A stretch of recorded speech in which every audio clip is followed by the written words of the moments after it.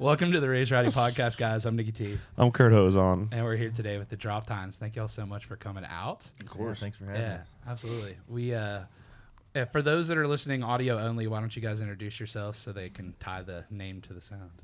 My name is Kenneth Connor Arthur. Damn, that's a cool name. Oh, thank you. From small town, Uvalde, Texas. I'm Dylan Sampson from Marietta, Oklahoma. I want to talk to Samson. I'm Johnny Sheets. I'm from Prairieville, Louisiana. Happy birthday, Johnny. Thank you. You're welcome. Thank you.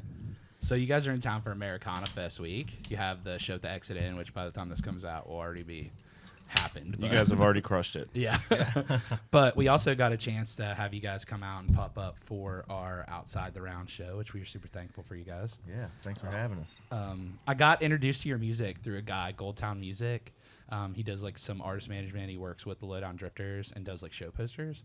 And he sent me your stuff, and I was just like, "Holy shit! How have I not known about this before?" Right on. One of the things that we talk about, and I actually chatted with my buddy Andrew that works over at CAA, was like now, if someone finds you now, you guys have a catalog of great music already, stuff that you can go back to and kind of hear sonically what you're doing and. Like what you guys have kind of been drawing up for the band for the past couple years. It's very powerful. Honestly, in my opinion, some of the most powerful things that is coming out of just the music scene that lives in our world, which is like rock, Americana, Texas, mainstream country, all of that. It's distinct sounding, and it is stuff that earworms me so that I listen to it over and over and over again, which I appreciate I love. that. Absolutely. What do you guys, when you guys started the band, like, was there any influences or anything that you were steering towards, or just kind of figuring out how it was going from there? I don't know, man. I've always enjoyed, the writing process, and I don't know. I mean, I grew up at the foot of a stage, and I couldn't directly say, like one major influence. But yeah, it's hard to nail it all down. I mean, the Red Dirt scene for sure. The early Red Dirt scene of like the 1990s, Great Divide. Yeah. I loved Mike McClure's songwriting. I'd probably say as a songwriter, he's probably my biggest influence.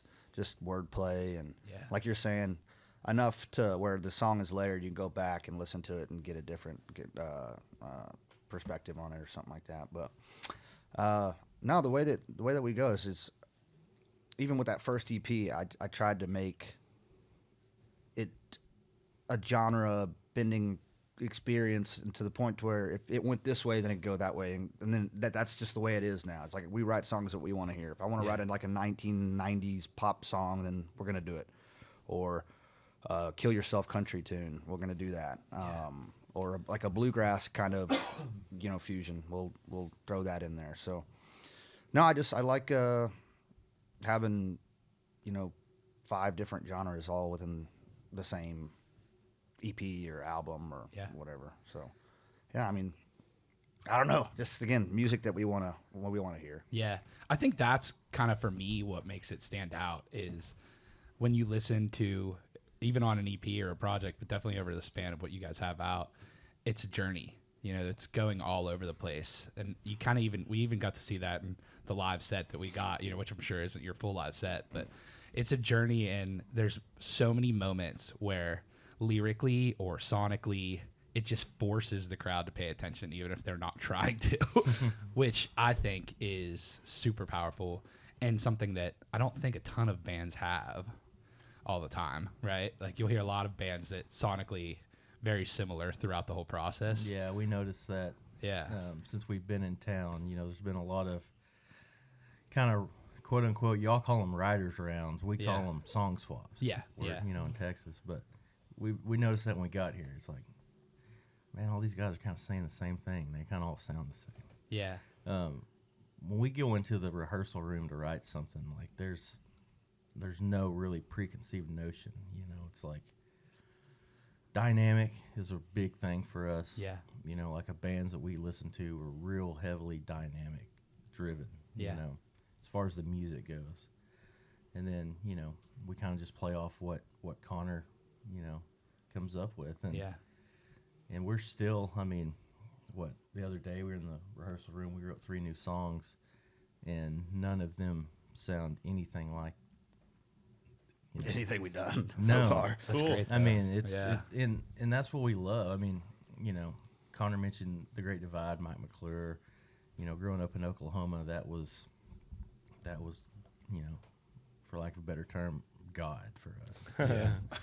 It was this guy that has this kind of mystique about him. I don't know do y'all know anything about Mike? Yeah. I mean, I've listened to it, but I don't know the history. I literally know nothing about it. Yeah, he's a really, really interesting character from South Central Oklahoma.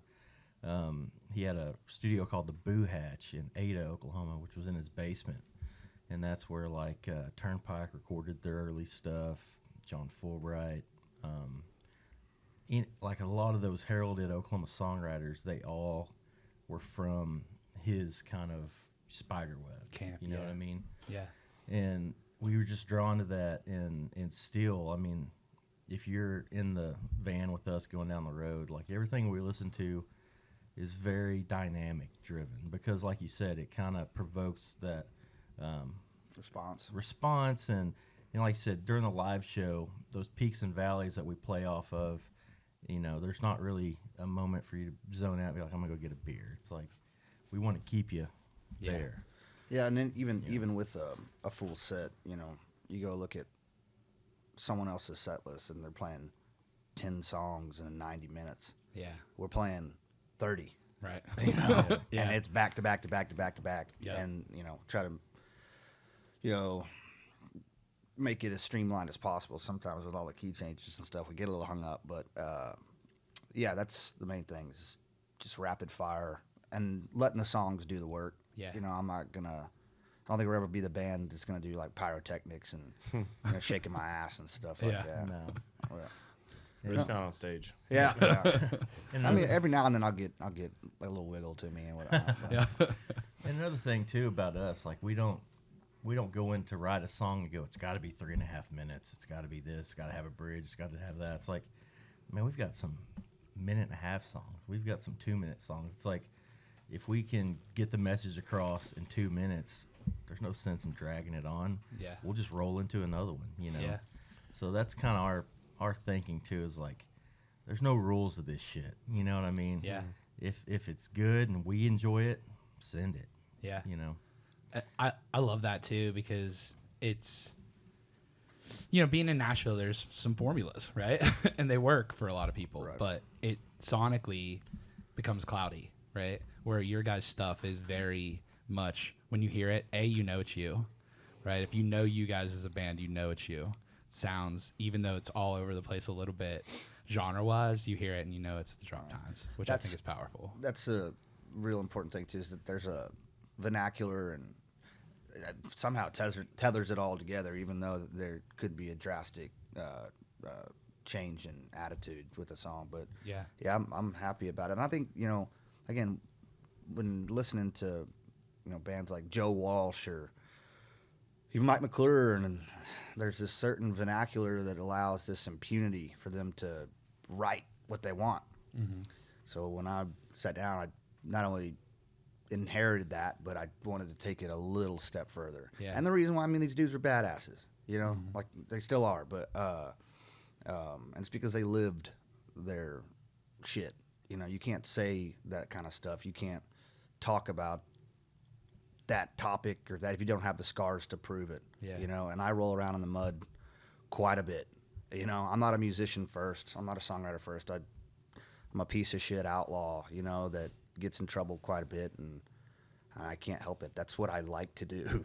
I don't hunt. I poach. I don't know. It's a collection of experiences, and lucky to have a forum to express it, share them. Yeah. Brought them down with, I like that word, impunity. Just shit, say whatever the fuck I want. Honestly, I love that. And it comes to mind New Girl, right? Yeah. So you hear the first lines of that song, and if you don't know who you are, you're immediately paying attention. Yeah. Right? and it's like it, but it's not cheesy or corny either. It's real. It's a love song. Right. Yeah, it is. It's just it's a twist on a love song, you know. For sure. But one of those things where something that hits you in the mouth as soon as you hear it, and sometimes with you guys, it's a key change in a set, or sometimes it's like the initial lyrics of the song, or sometimes it's where the song just develops as it goes. But it is striking, and that's, I think, what draws me back to it as a listener since I found it like over and over and over again, because I'm one of those people that find something and I'm like, man, I love this, and then I like dig deeper. So like when I found Turnpike in 2015, we kind of stumbled into a Turnpike show in Chicago. I didn't know who they were, and we saw that they were playing at Joe's on Weed Street. And then I dug into listening to them before we were there, and I was like, oh, crap, you know? Yeah. And it opened up a different thing in my brain. Their music is diverse sonically, a little bit tighter than what your guys is in terms of sounds more similar, but the lyrics also are very expressive. And I would say you have that same thing for me as a listener of, like, the words that you put into your songs make me pay attention and make me think about it. Which is I super appreciate cool. that, man. And I remember the first time I saw Turnpike. It was in my hometown in Concan. There's a big festival going on, and I showed up a little bit high on we call Reggie dirtweed. Yeah. And I was there for about 5 minutes, and I was like, dude, I gotta go back home and start writing. It literally, it blew me away. I think they were playing Long Hot Summer Day or something like that. I was like, all right, I got to go home. Went back to my shed, started playing banjo all night. I was just like, I got to just, that was insane. But shit not, maybe 5 minutes, 10 minutes sitting there in the crowd. It's like, all right, something just changed, Like the whole industry after that kind of became, chasing that Turnpike sound or just feel. Yeah. They were pretty, that was a chapter turner right there. Yeah. So I grew up about an hour from Evan in southern Oklahoma. Yep. So I was lucky enough to kind of grow up in my formative years while they were coming up, Like one of the first times I ever saw them, this was in the Heritage Hall in Ardmore, Oklahoma. The lineup was, first show of the night was Whiskey Myers on the bill. Second was Turnpike. And then the headliner was Stoney LaRue. Wow. So I got to see those guys play for 20 people, Yeah. coming up. And being from that part of Oklahoma, all those towns he names, all that vernacular and scenery, talking about Wine and Stair Mountain, like that's where I was from. So it really grabbed me in my high school years. And it's like this dude is onto something, Yeah. And they're still one of my favorite bands. Same. Yeah. And the same thing with them. It's like you hear it and it's Turnpike and it's distinct, but it also, the expressiveness that he uses in songs, with his vocal, you can't look away, Yeah. I mean, they mix, that's one thing that I noticed because I grew up playing a lot of bluegrass music in my youth. Kind of hearing them and the way that they mixed like that bluegrass rhythm with, like the kind of takeoff rock telly guitar and that blistering fiddle. Drum beat. Yeah, the kind of real in your face train beat in some songs. It was just like everything. There was nothing subtle about what each guy was doing, but the way it all came together, it was like, familiar. Yeah. And talking about another badass too. James McClure. Yeah, James. We listen huge to him a influence hell of a of lot. ours, Yeah. And again, just cock dropping music, just like here it is. But with all those things that I mentioned, I'd say the most, moving around stage probably Mike McClure. Yeah. But Turnpike, you don't have to have any bells and whistles, Right. Because you're there for the song. James McClure stands up there like an oak tree. Yeah. He doesn't move. He's just sitting there gritting. But Yeah. like when you're sitting there watching it, you're looking at his face. And like, so then you could have these little subtle micro expressions, and you're like, oh, now, he just changed. And now it's, you don't have to, do all the goofy, throw your guitar around. And man, I see that type of stuff. I go, oh, dude, I don't want to write you off, but I just kind of did, even if the song is good. But no, I think, everything that we've mentioned, so far, as far as our influences, everybody's kind of just letting the songs do the work. Yeah. I mean, that's with the stuff that we love and the stuff that we try to write. The song is the most important part. I mean, we do take a lot of pride in our dynamic and our musical ability, but it's the song, you know. Yeah. And I don't think that's ever going to change. I mean, that's something that, well, first and foremost, like if we don't dig it, and if all of us don't look at each other and go, yeah, that's pretty cool. We're never going to send something to appease the masses, you know. That's just not our vibe. We'd rather stick around playing 300 cap rooms in Texas, honestly. If that's, you know, like James McMurtry. I mean, that dude, I mean, he bangs around Texas. He's got a loyal following. He's a legend. I mean, that dude is to me the pinnacle of songwriting and musicality. Like that whole package, when I think of that, I think of James McMurtry. I think of Mike McClure. Yeah. You know.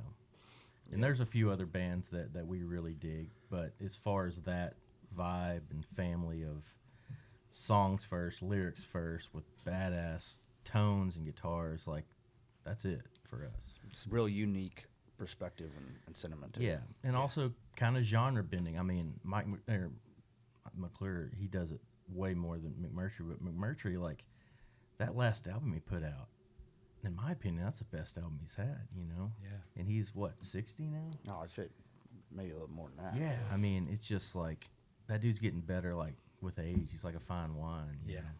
Well, a real songwriter and someone that is crafting music can do that and does do that. Yeah. You know, you'll hear some of the songwriters in town that, you know, we'll get to catch every once in a while at a writer's round, and they'll play a new song, and I'm like, that's probably better than all those number ones they had. You know, if you're really doing it as a craft, and you're trying to craft the music both lyrically as well as sonically, it's gonna work. And for me, having gotten to see you for the first time, the songs spoke for themselves over the fucking phone speaker, right? Which also is something, right? Because until someone gets to see you live, which was awesome, by the way, but until someone gets to see you live, that song or that video, maybe if they're watching on YouTube or something like that, is doing the work. It's doing the heavy lifting. So the songs themselves, I hear things that I don't know as a guy that doesn't make music. It's just a kind of music fan. I don't know exactly what's happening, but I know I can't stop listening to it. And for me, that's the stuff that kind of drives me back to an artist, or that I hear it popping from the wall of other things that I hear. You know? And the greats, I actually got to see McMurtry in a 150 cap room in Pittsburgh, Pennsylvania. Oh, cool. Super cool. And just like you said, he's up on stage. He's just him. You know? His teeth. Yeah. Yeah, it's cool to watch. Yeah. But you don't want to take your eyes off of it. So I mean, I remember the first time I saw him live, it was at Flora's Country Store, and he was a 3-piece, and he came out and he started doing Red Dress, and I was like, son of a bitch, that song is slick, dude. Like, yes, I'm drunk, damn, you're ugly. Yep. I tell you one thing, yes, I will. Dude, it's so good. Yeah, I mean, or like Turtle Bayou when he starts that riff. I mean, and that's why we're not afraid to just hop up as a 3-piece. It's like James McMurtry does it. Yeah, he's better guitar player than me. But I mean, man, any situation, we're pretty malleable. We can adapt. Like tomorrow night, you'll see us with a 5-piece. Yeah, like we'll have a lead guitar, a keys player. But we just went on a 50-day run of the Pacific Northwest, and we played 90% of those shows as a 3-piece. 3-piece. It was cool. Like I expected a 4-piece, of course. I didn't realize that the guitar player was, of course, busy having a child. You know? Well, his wife or whoever. But I mean, dude, honestly, the Droptines started as a 2-piece. Yeah. Started with Connor and our friend Colt Wrangler doing just a guitar and a drum set. And then I came into the fold and we were 3-piece for about a year. And then Tyler came in the fold and we were 4-piece. So, I mean, we're not afraid to do any of that shit. Yeah. I remember there was a band that I loved from the 90s, Local H. It's a 2-piece. And I got to see them in Chicago when I was in college. And just watching that much sound come out of a 2-piece is wild. You got to thrash, dude. Yeah, you got to get after it. Yeah. you know? I do love a good bass player though. Yeah, for Like, sure. Yeah. It's nice having a good bass player. Yes. It's important. Yeah. Yeah. Otherwise, I mean, like I saw that a lot, and when we were, because I'm not a gearhead by any means. Same. I like to keep it pretty Stevie Ray, you know, just amp and maybe an overdrive and a tuner. That's what I have. But when we were a 2-piece, me and a drummer, I was like sitting there and I was like, okay, then I'm gonna run this octave thing down here to get it back. I was like, dude, I'm not doing any of that. it just sounds like more steps for me to fuck up, you know. So no, I'm not doing that. And, There are some folks that do it, like Cadillac 3, like their bass player is like their steel guitar player. Yeah. And he's got a lap steel guitar and he's got 2 volume pedals. And so when he wants to play lap steel, he turns one volume up, and then other times he's just playing bass with like this. It's pretty cool. Yeah. It's pretty unique. Yeah. But it's still like he'll play his actual bass too. Yeah. Wow. It's swampy and muddy, and it sounds unique. That's another, like, it's one of my favorite bands. And this is Cadillac 3. We used to, before I lived in Nashville, we would, if they were around Ohio or Western Pennsylvania, I would chase them for a weekend. We'd go see 3 shows. what other bands that are y'all looking forward to hearing this week? At Americana Fest? Yeah. We're not even at most of the events, No shit. honestly. Yeah. I'm We playing tonight at a writer's round, and I don't even know any of the folks that I'm playing with. And then Julie Kate was like, "Oh, this is going to be such a legendary night." So I'll figure out when I get there, I guess. But Hell yeah. yeah, I mean, obviously you guys are playing tomorrow night, so or have played when this comes out. But that'll be sick. Exeden's a fun spot. Yeah. We played there last year. Yeah. Yeah. I'm not sure if he's playing this week, but have you guys heard Gabe Lee? Yeah, we just did a thing with Gabe. He's so good. What was that? Whiskey Jam. Yeah. Dude, Yeah. I love Gabe so much. Just sonically, and he's a dude that you see and you don't expect the voice that comes out of him to come out of the package. He has some killer harmonies going Yes. on. He Yeah. had a Oh yeah. Okay. I know you talk about it now. he had a chick playing dobro with him. Yeah, I know. Yeah. Really good. It's really, really good. And she would tour with him when he was doing like his first runs of shows and stuff. And then they've done some like songs together as well with another part. Right but on. Yeah, she was sick. Gabe is one of my favorite people, and it's his first record was so sparse with instruments that it really let the songs work for him. And then it got heavier, and he kind of changed it up, and did a little bit of exploration with the sound. But he's one of my absolute favorite people. I've been a fan of his since that first record came out, and I was like, where the fuck did this guy come from? Because in Nashville, like, we get to hear it before it's here, Right. in Nashville, right? Whereas I'm sure it's the same thing in rooms in Oklahoma and Texas, right? But Gabe kind of like came out of the writing room and already had just big songs. catalog ready to Yeah, go. yeah, for himself, like stuff that we hadn't heard but was electric, know. So I'm a big fan of that, of him. Someone else that we've been trying to get to town is Grady Spencer and The Work. Which Yes, is, they're good friends of ours. yeah, I love their sound sonically as well. It's like sure. it's enough Americana and enough rock to like scratch And both it's of also my itches. got like this, like, I don't know, I'm not reggae, but a little like of a Yeah, there's a tinge of that kind of backbeat Yeah. bluesy thing that they throw in there. Man, Like a those second guys, line kind of Louisiana feel. Or? Well, not necessarily. It's more of like I don't know. It's hard to describe, but they mix genres really well too. Yeah, When we first started, quote unquote, touring, they kind of took us under their wing and yeah. let us open a bunch of shows. So those guys have been really, really big for us. Why the air quotes there? Well, COVID kind of Yeah. stunted our growth in the early days. So that's why I say, like, the band started in 2019, but we actually started hitting it in like 2021. Yeah, makes sense. Yeah. we came out with the EP 3 months before Oh. everything got shut down. Yeah. You're like, great timing. Oh yeah, and then, it's just put a real big damper on everything. Yeah. And then during COVID, we recorded an EP called Four More. And that's the one that really kind of put us, like I said, on the map. It's Relatively. Yeah. Yeah, Relatively. I mean, still, like, in our top songs on Spotify, those songs are consistently in our top. Yep. You know, the Four More EP was kind of the one that, you know, gave us that opportunity to start branching out and touring. So. I think that's an important part too. That is when you put something out and it gets a spark. You're like, okay, now we can keep exploring. you know, keep doing that thing. Well, it's just wild to me. I go through some of these things. I probably shouldn't look at the analytics as much, but it's like songs that I thought or expected that would be, you know, they're not. You know, it's and Bill of Sale, which is a number one that we have by leaps and bounds. That was supposed to start off. That song was going to be an intro for another song we have called Tarantino. Dude, what a bad idea that would have been had that been the case, you know. And I've got to thank David Beck for that, because David was like, "No, this is a whole ass song," and I was like, "Okay, give me 5 minutes and I'll finish it." And I mean, all that stuff came together real fast. I just had this, you know, idea to kind of pick up the rhythm within a song, and write with my, you know, Episcopalian background, and I think that's it can be considered a cheap trick when it comes to songwriting, to kind of, you know, reference the Bible. Yeah.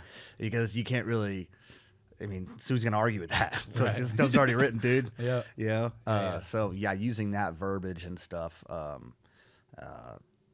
you know, just knocked that song out, and it's been doing well. The sound's great. Tyler did great with the harmonica.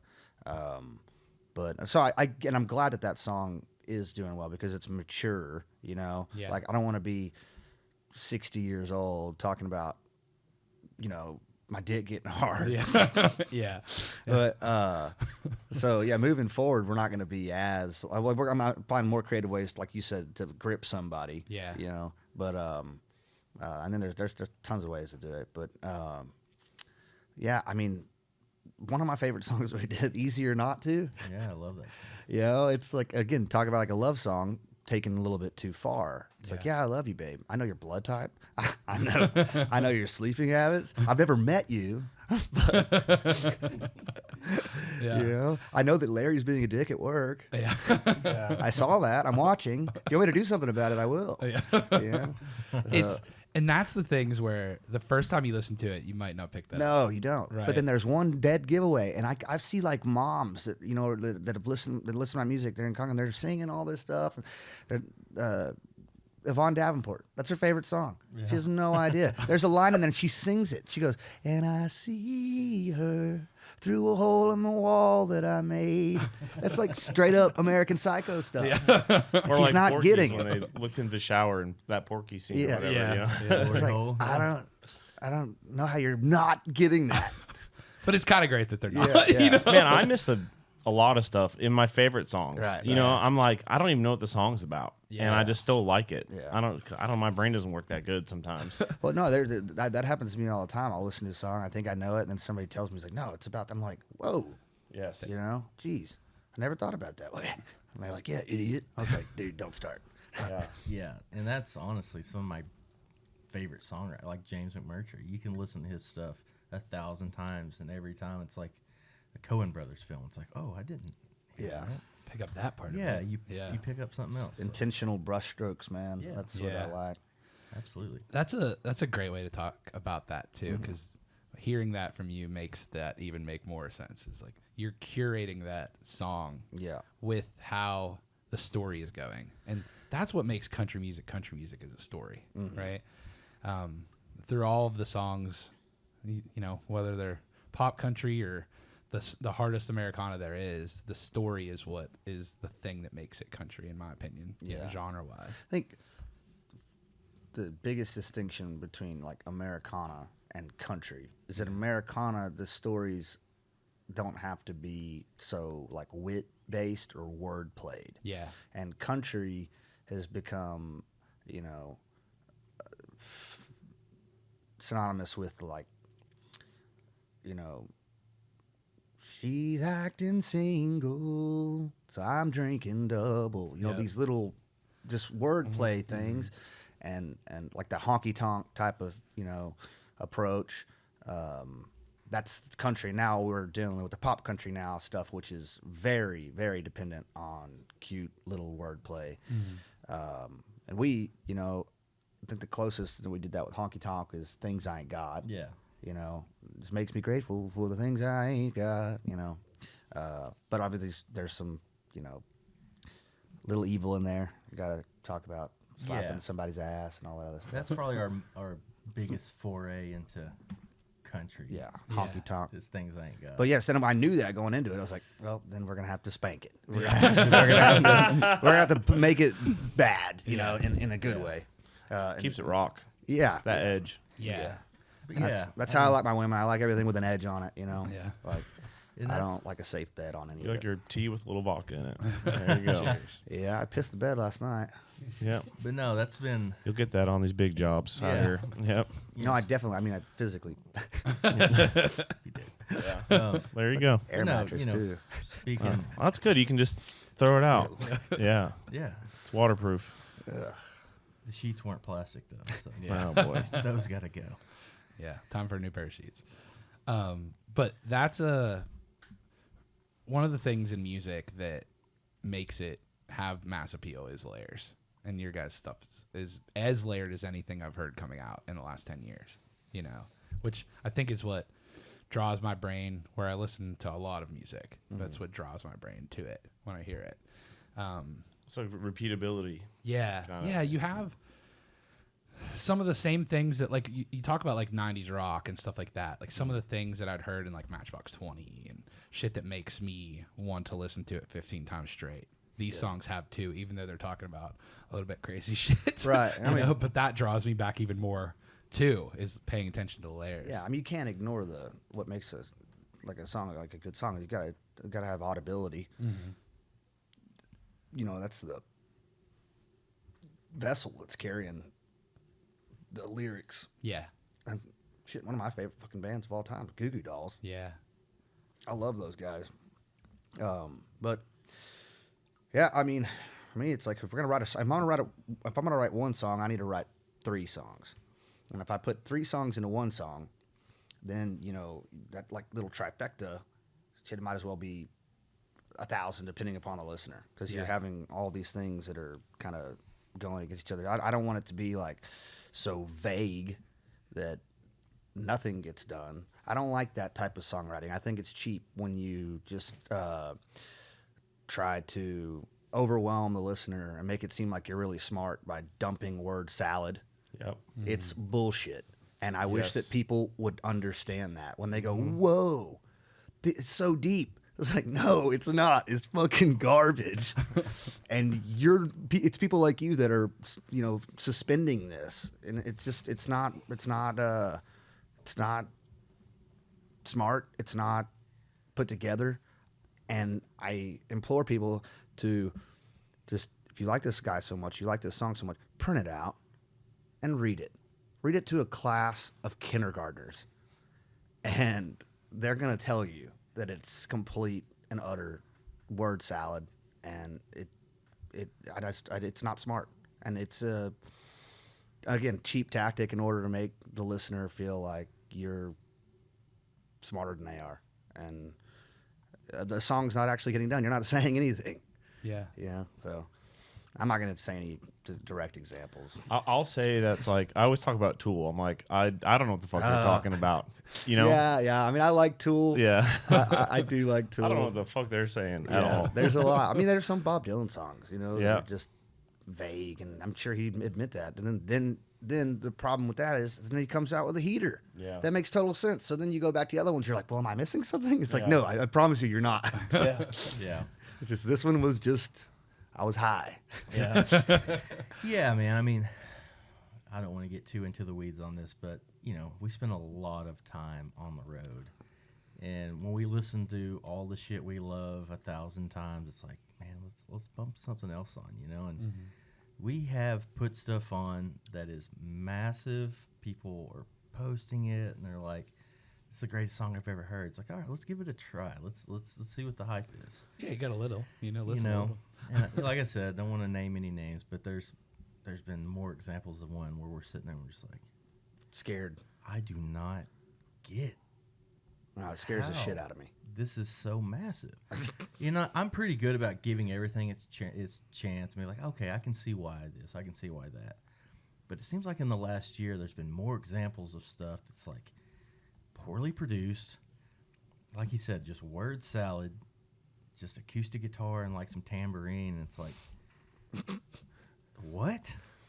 What am I missing here? Yeah. You know?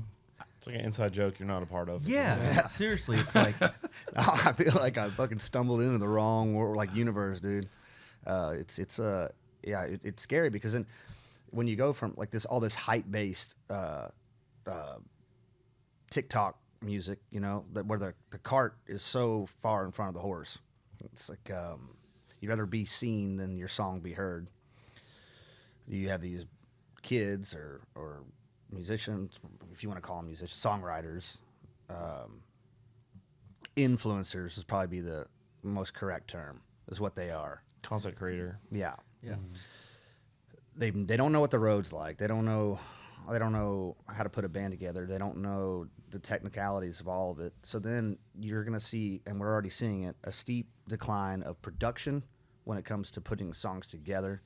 And the audience is going to associate that with quality.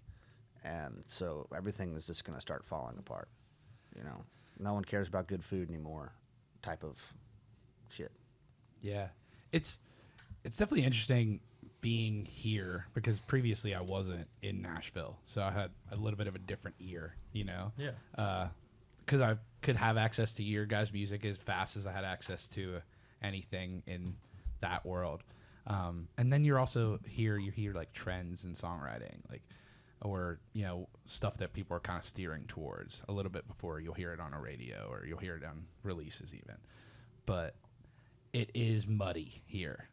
And just in music in general, the amount of people putting out songs is wild, right? On any given week, the amount of items that crosses my desk / algorithm on Spotify is wild, right? There's just so much music. So one of the things of that is how do you craft it so that it's indelible, so that it'll last past this year, this next year, you know, maybe something that someone's listening to and talking about, like you guys are talking about James, right? Right. Like how can you be that for that next tier of kids that are really trying to do this as an art? Well, I think it comes down to one major question, and are you doing this because you want the effects, or are you doing it because you want to make an effect? Mm-hmm. I want to make a dent in this shit. All right? I don't give a fuck if I'm broke for the rest of my life. I never had a problem getting attention from women anyway, you know? I mean, before this started, I'm charming, you know? I've got these beautiful blue eyes. But, True. I mean, everyone here, you know, we want to make a mark on it. Mm-hmm.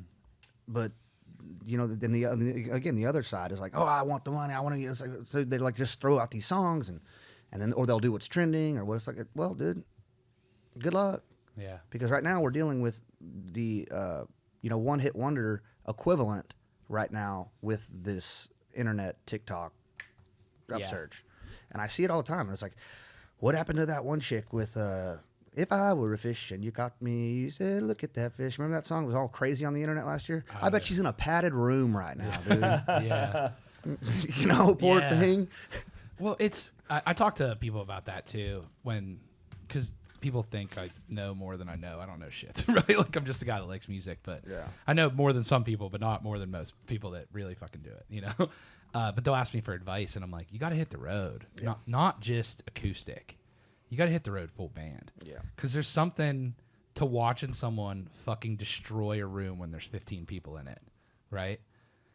And that's the thing that is going to make it so that when you're in front of 3,000 people, 30,000 people, whatever it gets to, that you're not going to fucking blink. Yeah. You know, because if you can play to 15 people, you can play to 3,000. Yeah. You know? I mean, dude, we did that on this last tour. We went and played in Lawrence, Kansas at the Bottleneck for 20 people, and every one of those people bought merch, and they were. I mean, it was a Wednesday night. It was a routing gig. Yeah. We didn't expect much out of it, but we showed up and fucking played our ass off. And I guarantee you, those 20 people are going to be there next time. Yeah. And they're going to bring their friends. Yeah. You know what I mean? And that's one thing about us. We don't shy away from showing up and playing anywhere for anybody. Mm-hmm. It doesn't matter if there's generator buzz right behind a flatbed trailer. Like, we're gonna fucking do it. You know, and we're road dogs, man. Like, Friday night we play in Athens, Georgia. Then we deadhead across America to Fort Collins, Colorado. You know, Yeah. and we've been doing that for the last 2 years. Yeah. We don't rely on the Spotify. I mean, Spotify is nice. That's probably the one that we've had the most traction from. But like TikTok, we've got like 10 videos on. No, TikTok. we never really had like a quote unquote viral moment. No. Yeah. Because we're not pursuing that either. I Right. feel like that's vain. You know, It's weird. Like if you're looking, like you're talking about looking at numbers on songs, it's Yeah. fucking weirder looking at numbers on videos. yeah, I don't like it. Yeah. And it's posted for everyone else to look I at know. too. Yeah, It's I mean, like I get it. Like you know, from. I wish that there was someone else doing it for me or whatever, you know. Like, Yeah. but I'm not gonna be the guy that gets on my phone and be like, "Hey guys, it's Connor here from the Droptines. You know, Yeah. we'll see you tomorrow night at Exit In, right?" You know, I'm not doing that shit. Yeah. It just makes me feel goofy. Yeah. Unless I'm actually doing it like that, like an asshole. Yeah. You know? Like on the back, like, and then like he zooms out, I'm actually taking a Take shit, shit, or something. yeah. Yeah. I mean, we're just. Are we not- done, Johnny? Toilet paper now. Happy birthday. Yeah, we're not that band, and we're never going to be that band. Yeah. We're going to let the music speak, the live show speak, and all that other shit will either come as it does, or if it doesn't, we don't. I mean, the bands we love, we look up to, they didn't do any of that shit. I was just thinking, what if Led Zeppelin had a TikTok? Yeah. If Robert Plant is like, "Hey guys, we're playing Wembley tomorrow," and then Yeah. There's just some things that shouldn't be seen, like robs the mystique or whatever. Right. And it almost, then it likens itself to like where I think of like the kids. I mean, like growing up, you know, the little webcam and playing. Yeah. It's like, man, these kids are little nerds, you know. Like he's got all these people now that are like, you know, just again cheaply recorded stuff. At least the stuff that we put out, like we have. I can talk about the production. Videographers who get paid to do that type of thing and to make a quality video. I wonder if they're scared about their, you know, like, yeah, because Yeah. everybody's just flipping a phone and then again, people get used to it and they don't. Like, I wonder if they think our videos are bad compared to. Well, the weird Welcome. thing is they are just looking at that number that's at the bottom. of it, right. Which Yeah. is such a fucking weird thing. you Yeah, know? it's hype based stuff. Well, now too, it's crazy because more of these social media venture. I mean, they're doing like a pay to play type of That's how it works. yeah, where you can pay them money, they can guarantee you a little more hearts. Crazy, dude. Yeah. I mean, I worked at a record label for a year and a half, and that's when I was like, oh, this is how they make the fucking Got some donuts. fucking Illuminati stuff in the background. Well, they wouldn't teach me that, but I caught little pieces of it. I'm like, oh, that's how it works, you know? Man, we've never done any of that shit. Yeah. I mean, I've killed a couple goats in effigy, but Yeah, you know, you sacrifice a duende here and there. Yeah. It's not that big a deal. Ethical voodoo. yeah, Yeah. ethical voodoo, baby. That's why we keep the Cajun in the band. Yeah. Gotta have one. But that's one of the things, like, when I talk to people, I'm like, well, you have a couple ways you can go. You can hit the fucking road, and you can play your songs to as many people that will listen in each room, right? And that's tried and true. That's what people have been doing since music started. Fucking bards and, you know, and whatever eating place they could get into, you know, since those times. Or you can fucking do social media and hope for a pop. But the key with if you do that is you better have the shit behind it to make it work, right? And that's the difference, like, between a one-hit wonder before was a record label signed up, put a song to radio that was great, and then there was nothing to follow, right? That's what it looked like before. Now it's person puts out song, the internet takes it, it does the thing, but it's where do you go from there? How do you have a body of work that will keep people there, right? And so 100 ways to discover bands. My favorite is one of my buddies that I love the stuff that he loves sending me something, you know? And it's like, your buddy saying, hey, I went through and researched this for us, you know, here it is, right? That's easier to do with the internet, right? Because realistically, if there was no streaming services and no social media, I probably would have never found you guys, being originally from Western Pennsylvania. So that's the good part. Yeah. But the bad part is that if it hits, and even if it's a great song, if they don't know how to interact with people, they don't have a team behind them that's helping, they don't know how to write more good songs, they're fucked, you know? And that's, there has to be some structure behind it. So that's why when I come across a band from a buddy that I respect the shit out of musically, sends it to me, and I see the body of work, I'm like, oh, not only is this cool as fuck and it's different and stands out, but if you've done fucking 20 songs that all sound great, I'm trusting that you got 20 more in the tank, you know? So that's one of the things why I think it's cool. Road dog life also makes you willing to go with the ups and downs. This thing is that. It's fucking chaos, man. You know? Yes, especially now. Yeah, it's chaos. But if you can be on the road together in a fucking van with 4 of your buddies or 3 of your buddies or whatever it is, and not kill each other, you know? Yeah, no, it's wild. I mean, it's I don't know if I could do that with my ex-wife, current girlfriend thing, you know, like being around each other that long. Yeah. But I think it's because there's a commonality. It's like, you know, like it's like you're going to war, you know, you're all like in a, you know, that little thing, Saving Private Ryan. Yeah. Or Shaving Ryan's Privates. Yeah. But yeah, no, it's camaraderie. And, you know, again, it's not Dylan Sampson and the dickheads behind you. It's the Droptines. It's a band approach. Yeah. And that's what I've always wanted. And, yeah, we can irk each other, but I don't think we've ever had, like, a massive fight. No. Just, I don't know. There's a lot of weird, funny shit that happens.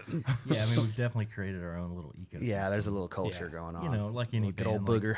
Like, get your own little language going. Yeah. Like this is Johnny, but we all call him Jaj, as you can see from the hat. Oh, that's what the hat means. He's branding. He's branding out. He's growing his shit. Yeah. It's an energy drink he's working on. I think we have that same hat, but it says Raised Rowdy on it. Yeah. Nice auto trucker, baby. Yeah. Hell yeah. Yeah. It's branding's important though, and I think you guys, just from the music, the branding you hear, right? I don't think a lot of bands need to be in front of a camera and fucking screaming about who they are, right? I think your guys' songs kind of speak for themselves in terms of sonic rebellion almost, I would say, because it's like Dibs on that band name. Yeah. but like it's bucking what is regular and what you've come to expect. And that's one of my favorite things. Like if I show you to another person that I think will enjoy it, is they just fucking smile in the midway through a song, right? Or you hear one song and then the next song you're like, wait, this is the same band? Yeah. But then then it kicks in and you're like, oh shit. Yeah. So for me, that's the stuff that lives the closest to my heart because it's interesting. And that means a lot, man. I appreciate that. yeah, thank you, man. It's just art is weird, right? Yeah. Because you never fucking know if someone's gonna like it, if anyone's gonna like it. But if it speaks to people, you know it's working, and your shit's speaking to people. Everyone I show it to likes it more. So that, in my head, the more ears that get on it, the more that's gonna kind of bubble up and. Well, I hope. I mean, I'm happy with what we have so far. I'm like, what is Ray Wiley Hubbard? The days that I wake up and my gratitude exceeds my expectations. I have really good days. Yeah. And all these places and all these things that I've written off, you know, it's like, you know, some dumb kid that thought I knew better. Like even this town, you know, first time I came here, I was like, I was all dismissive. And then second time I came, I was like, nah, you know what, I was wrong. And like this third time, I was like, dude, there's a lot of good people here. This is a good spot. And I think it's, if Austin cleaned up its act. That's what this town looks like. Like the homeless people here look like regular people in Austin. and it's clean, dude. The city's very clean comparative to Austin. I'm not talking shit about Austin. I guess I like the grungy atmosphere of it. Yeah. You know, Keep it being weird. Right. terrified for my life. I'm afraid to live here. I was on a scooter with my little cousin. He'd never been to Austin before, and he goes, "Connor, are we in the ghetto?" I'm like, "No, dude, we're in downtown, brother. We're good. Yeah. Just scoot around them. Yeah. Scoot around the tent." I lived in Pittsburgh, and I lived in what's like the north side, which is kind of where the stadiums are, but the part I lived in wasn't the best area. And the lady 2 doors up OD'd, and I was like, "Good, I can afford rent again next year." You know? Like sick, you know. God, I was hungry. Thank God. It's better than get someone shooting up here, you know. I went and got lunch with my buddy Brett, and I came home and I was unlocking my front door, and I look, you know, it's like my porch, and I can see my neighbor's porch and neighbor's porch, and you can just look down and see all the porches. 2 or 3 porches down, a literal body bag was coming out of this house on a stretcher. I was like, "Oh fuck!" Was that here? Isn't that in East Nashville? Yeah, Oh, damn. yeah. And we are just like, "Oh my god!" Some chick just OD'd like in a room. Oh, dude. Yeah. That's awful. Horrible, Yeah. scary. But you just said that just popped in my head. So I'm like, Nashville's not as great, you know, as No, it's everywhere. Oh yeah, Yeah. that shit's going around like a yeah. bad bug, dude. Like, I mean, that fentanyl stuff ain't nothing to fuck with. No, and I mean, I don't know enough about that to really speak heavily on it, but I didn't know people were doing fentanyl on purpose. I thought it was just something that was getting mixed in with other things. I don't know. I mean, it is definitely getting mixed in with other Yeah. things, like especially coke. But I've lost a couple close people to that stuff. But then I look at their toxicology report, and I go, "Oh, I don't know if the fentanyl did it, dude. There was a lot on A here." little bit of everything. Yeah. It's a weird time for sure. I mean, just It's called My- narco-terrorism, dude. yeah. So it's It's- insane. dibs on that band name. It's dude, like my hometown. I grew up in southwestern Pennsylvania, about an hour south of Pittsburgh. And when I grew up, it was all right. It wasn't great, but there was factory jobs, and my dad worked at a glass factory, and he provided well for us. Yeah. And then all of the factories closed down, Yeah. and then the best jobs are school teachers or hospital workers, in the entire town. It's Those are the heartbreaking. top paying jobs, Yeah, that's happening where I grew up right now. Yeah. Southern Oklahoma, southeast Oklahoma. I mean, it's not a lot to do, unless you work for the tribe. We had like a Michelin tire plant, Yeah. which is closing, and I'm kind of worried for it. I mean, it's already got some rough Yeah. characters, but once those jobs leave, man, It's tough. it's like that James McMurtry song, "Can't Make It Here Anymore." you Yeah. know? Yes. Very much. So, yeah, it is. It's sad. It's one of those weird things where, I mean, that's the cycle of everything. If somewhere's popping up, somewhere's going down. Yeah. Right. Yeah. And whether that's in the U.S. or whether that's country to country, you know what I mean? It's a big world now that you can get everywhere pretty quick, Yeah. relatively speaking, to our history, So, but the things that fix broken people or people that are down on their luck are music. Yeah. Music, comedy. Yeah, the arts, It's so in my opinion, it's more important now than ever for great art. And we're not getting good movies anymore. No. We're just not, That's so heartbreaking. It is. I think the last 5 movies, because when we're on the road, there's not a whole lot to do. When you have downtime, it's either bowl or watch a movie. Yeah. And so we do a lot of bowling. We're Man, big the bowling last 5 movies we walked into, Trash. There was one that I like. It was so gross. The subject matter and the light-hearted play on it, man. I wanted to walk out. What was that one?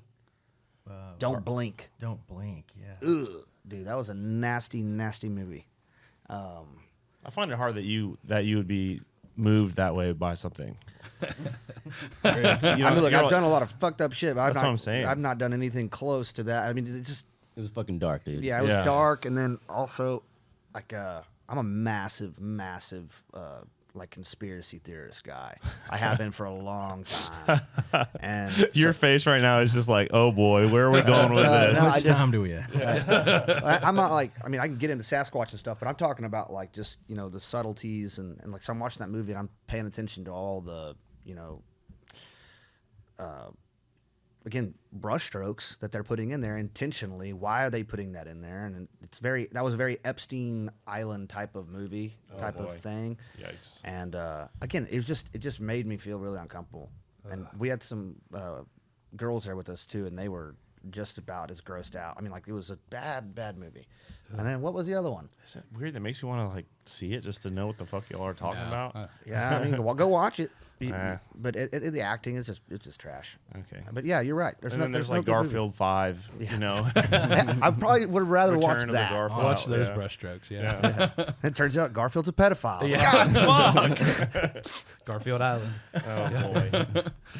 No, but it, in my opinion, because shit like that's weird, right?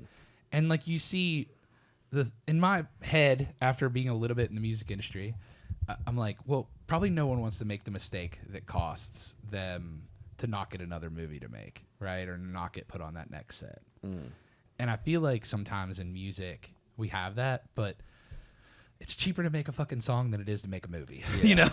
So like you could make a song with great production, and even if you have a crazy producer, it's not nearly the budget of what a movie is, you know? Right. So you can explore a little bit more and hone in on stuff that is still great.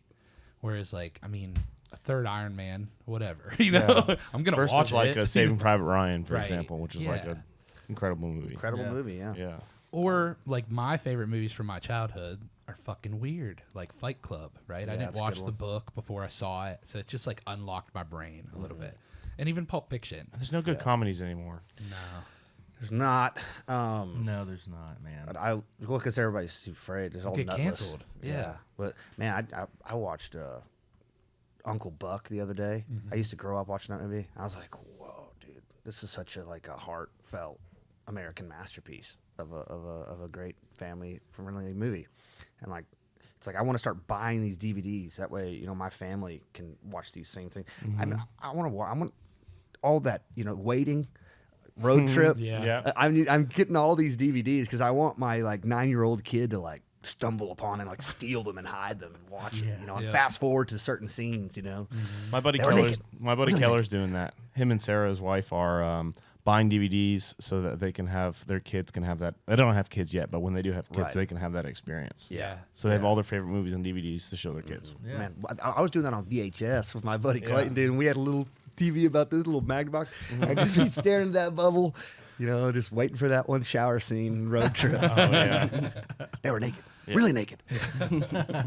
Why? She like interrupts the story. It's my That's story. why you want to become a musician so you can go on a road trip. Yeah, exactly. We're on the eternal. The eternal road trip. Is that what you say? We just say that it's a 30-year-old summer camp. Yeah. Feels that way a lot of times Yeah. if you're lucky. Yeah. We actually have a summer camp joke. So when it was COVID and all of the well, I guess it's not a joke, just stuff we did. Well, COVID and you couldn't be together, but you could be outside 30 people, which makes no fucking sense, but whatever. Yeah. There was no festivals, and that's like kind of what our crew would do. We'd go to like a festival, or we'd go to CMA Fest in town and just all fuck off and probably drink too many beers more than anything. But during COVID, we did what we called Raise Rowdy Summer Camp, which was just all of our crew that would normally go to a festival, and then we had like 4 of our musician buddies come up and paid them some and just had like a field party basically. Nice. But dude, that you don't realize till a time like that when it was gone how much those music moments mean. Not just the music too. Like I can listen to my music at home, Yeah. but having those experiences with other like-minded people, you know, Yeah. that's what music does. It brings folks together. Yeah. No, So we that were was our summer camp. We were pretty lucky. The part of Texas that we live in, COVID really wasn't much of a concern. Like kinda we, did. especially in like at House Passion in Conky. I remember when they were like, all right, everything's shut down. And then Harper, my uncle, he's like, no, we're gonna barrel through it. And they had John Wolfe play, and then we went to go open up for him, and we were so excited, man. I got hammered drunk, did an awful job. Oh boy. My uncle got so pissed off, and then we played again the next night. It wasn't like we were still playing, like not nearly at the rate in which we were or we are now. Yeah. But and it was still few and far between. But yeah, that was a miserable time. I think I mean obviously for everybody. But, Once you got south of Austin, it was pretty wide open. Pretty regular. yeah. Like the bar that we would go to in New Braunfels never shut down. Yeah, Moonshine. Moonshine, it was just like Wall to packed, wall, dude. wall to wall, and like a week later, be like, oh yeah, so and so got COVID. Like, oh, she was there that night. So, I can still taste. I guess I'm good. You know. Yeah, weird times, but I'm sorry for bringing that back up. Honestly, COVID, fuck COVID. But Yes. just speaks, in my opinion, to the power of not just music, but the people together Yeah. too. Yeah. you know? It's all you fun to need. be with your friends. Yeah. Well, I mean, again, like, you know, I know a lot of these bands that people don't care for, but they're going to go because it's going to be a party. You know what I mean? They're like, oh, well, I'm not a big fan of this, but they're, you know, my girlfriend and her friends are going and they love it. So we're going. Yep. And that's good enough, you know, like it still works. So yeah, he's creating a reason Yeah. for someone to go out and, you know, get out of their house, stop acting like a weirdo, you know? Yep. Because I think that, you know, between this, that, and an iPhone, most people feel happy just going their Xbox and stuff, just Yeah. staying at home. And you Uber know? Eats. Yeah, Well, I exactly. think- You got to find an excuse to go live, kiddo. Yep. That's one thing too that's kind of unique to where we come from, is that on a Saturday night, people are out gonna do something. Like Yeah. even the older generation, like there's dance halls all over Texas that there's a culture built around that, and it's like, Good river culture. yeah, good river culture. I mean, like there's great rivers that people during the summer, if the river's up, they're there. It's Yeah. dove season right now. Yeah. That's another massive social Massive. event. Yeah, so You know, it's Very- all three things that tie that together too. yeah, very Alcohol. thankful Yeah. to kind of come up, in that culture. And honestly, I've seen an uptick in like, people going to shows, like live music. I feel like, it's just now kind of recovered after COVID to where it's Yeah. back up. Like, Yeah. Hopefully these kids they have a little bit of animosity and they're doing it out of, like spite. Yeah. Like I'm Yeah. gonna go out because you Yeah. locked me up for 2 Yeah. years. You know? well, like, one of our biggest fan bases is in Lubbock, Texas, which has been honestly like our springboard. Has been Blue Light in Lubbock. That's Yeah. our second home. There's a culture in that town where kids go out and see live music. Yeah. It's just, I don't know if it's, Lubbock is kind of like an island out there on its own. There's not much to do. Band comes to town, everyone's there. Yeah. And you get those pockets around, College Station's that way, San Marcos, New Braunfels. Yeah, I mean, and even in Oklahoma, Stillwater is like that. Tulsa's like that. Yeah, no, it is. It's great to see that the younger kids are really into live music. You know what I mean? Yeah, it feeds the soul, man, and I think you realized it a little bit more when it was gone for a minute. For You sure. know? Yeah. We, as a company that talks about music, it was a fucking weird time, Yeah. We had live streams, but a live stream is it's not a live show. No, it's weird. It has an element of it, has a little bit, but it's just not the thing that makes 3,000 people get together in the same room. Yeah. I remember I think I tried to do one and I was sitting there. I was like, what the fuck? I turned it off. It's super on brand though, honestly. in my head. What am I doing here? He's like, fuck all this noise. Yeah. Just going to get a job. That's what I'd become a task rabbit, dude. Yeah, dude. I was a milkman. Jesus. It's crazy. Literally? Yeah. I was a milkman during COVID. Johnny was worked I at was a doing pub. DoorDash. DoorDash, yeah. Yeah, I was doing task rabbit. Where I was- What is that? It's like where people like hire a handyman to come over and like hang up your TV. And it was really good in Austin because no one there knew how to do anything. I mean, this one guy I had me come over to his house, and it's all tech people, They're all savvy to that software and stuff. This guy came, so I need you to put this table together. And I went, I was there for like, I was like, I don't know how I can milk this to make it seem like I did something, but he literally just didn't know to pop in the little springs, you know, like you do with like a canopy or whatever. Yeah.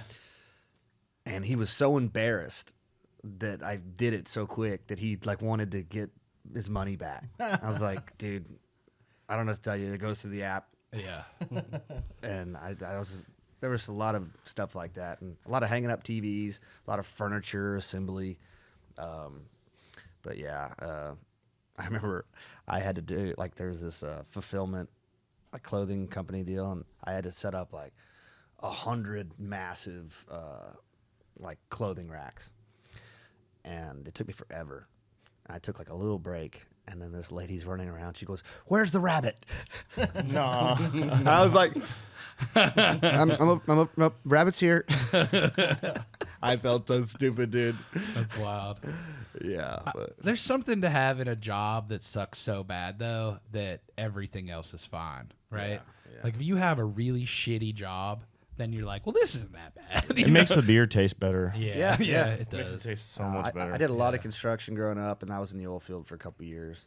But I used to work with a lot of good Mexican guys, and this one Mexican guy, after a long hot day working, he got a Bud Light and he opened it up and he went, "This beer tastes better than other days." Yeah. Good shit.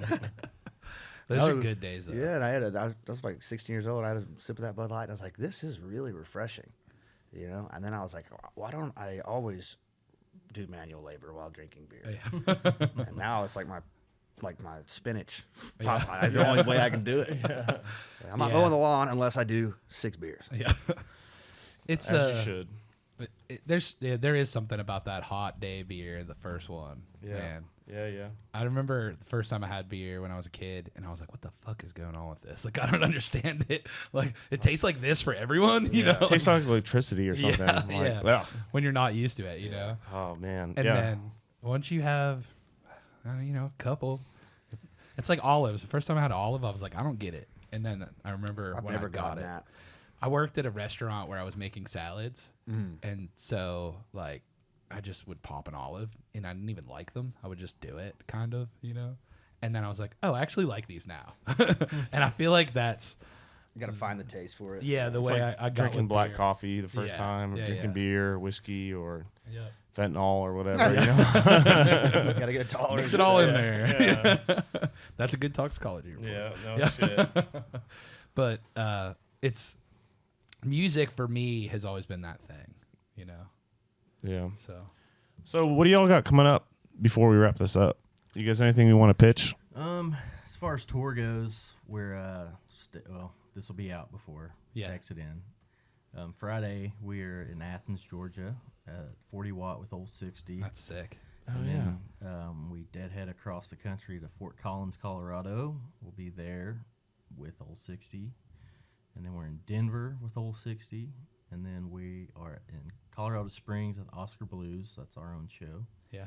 Then we come back to Texas. We'll be in Midland the 3rd of October. Damn, you got this memorized. Yeah, we'll be in Oh Lubbock. shit! I got to look it up. We'll be in Lubbock, Texas on the 4th at the Blue Light. And then we'll be in Amarillo at the Golden Light on the 5th. yeah. So. Well, Hell yeah. thank you boys so much for coming yeah, out no, here. thank and y'all for having us, having me. man. This has been awesome. Playing that show. Funny enough, Old 60's first show in Nashville was that same room before it was torn down and redone. Right on. Wasn't that their Yeah. first show in general or no? If it wasn't, it was like 2 or 3. Wow. They had 3,000 monthly listeners then. Damn. Yeah, so it's cool to see those boys getting to live their dream too, man. Yeah, hell yeah. So That's about where we were last year this time. So. yeah, it's sick. So well, thank you all so much for being here. Yeah, man. and- Thank you guys. and keep kicking ass, man. I can't wait to see a full set. Hell I yeah, appreciate you. Yeah, absolutely. Thanks, Cheers, guys. y'all. All right, Bob.